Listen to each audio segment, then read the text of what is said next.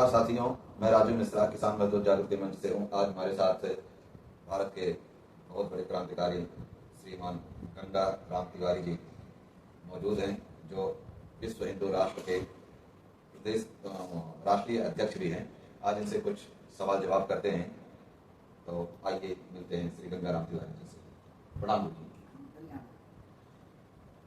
गुरु जी। मैं आपकी वीडियो वगैरह देखता रहता हूँ, जैसे कि आप हमारे साथ में खड़े हैं, तो मैं ये सबसे पहला मेरा सवाल ये है आपसे कि भारत को कर्ज मुक्त किस आधार पर आप करवाओगे?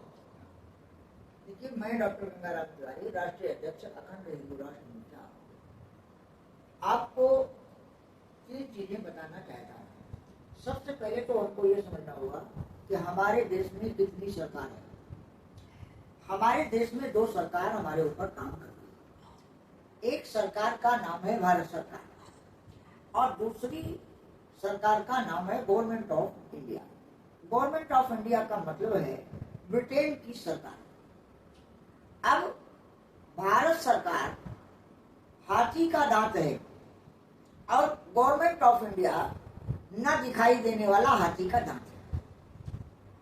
अब भारत के अंदर जब हमारा देश 15 अगस्त 1947 को गुलाम बनाया गया ट्रांसफर ऑफ पावर एग्रीमेंट के द्वारा, तो सारी की सारी पावर गवर्नमेंट ऑफ इंडिया को दे दी गई और औपचारिक रूप से भारत सरकार को निश्चित किया गया। देश की संपूर्ण मुद्रा का संचालन करने का अधिकार अंतरराष्ट्रीय जगत में जब बटा तो भारत की मुद्रा 1 रुपए के नोट को छापने का अधिकार भारत सरकार को मिल गया और बाकी सारी रुपया छापने का अधिकार ब्रिटेन ने अपने हाथ में रख लिया और 1 अप्रैल 1935 को उसने 1934 में बनाए गए आरबीआई एक्ट के द्वारा भारत की संपूर्ण अर्थ जगत को अपने अधीन कर लिया। तो गुरुजी, इसमें आपने बहुत अच्छी जानकारी दी। दूसरा मेरा ये सवाल है, वहीं घूम के आते हैं फिर हम, कि इस कर्ज मुक्ति के नाम पे आज बहुत सारे संगठन जो है उन्होंने ठगी की दुकान खोल ली एक तरह से कहीं, लेकिन जो आपकी कार्रवाई है उस कार्रवाई के तहत आम आदमी को किस तरह से रिलीफ मिलेगी, इस पे थोड़ा सा प्रकाश डालें। आम आदमी को जब ये पता लग जाएगा कि गवर्नमेंट ऑफ इंडिया कौन है और भारत सरकार कौन है, तो वो भारत का नागरिक बनने के लिए आपके साथ खड़ा हो जाएगा और गवर्नमेंट ऑफ इंडिया के लोगों का विरोध करना शुरू कर देगा।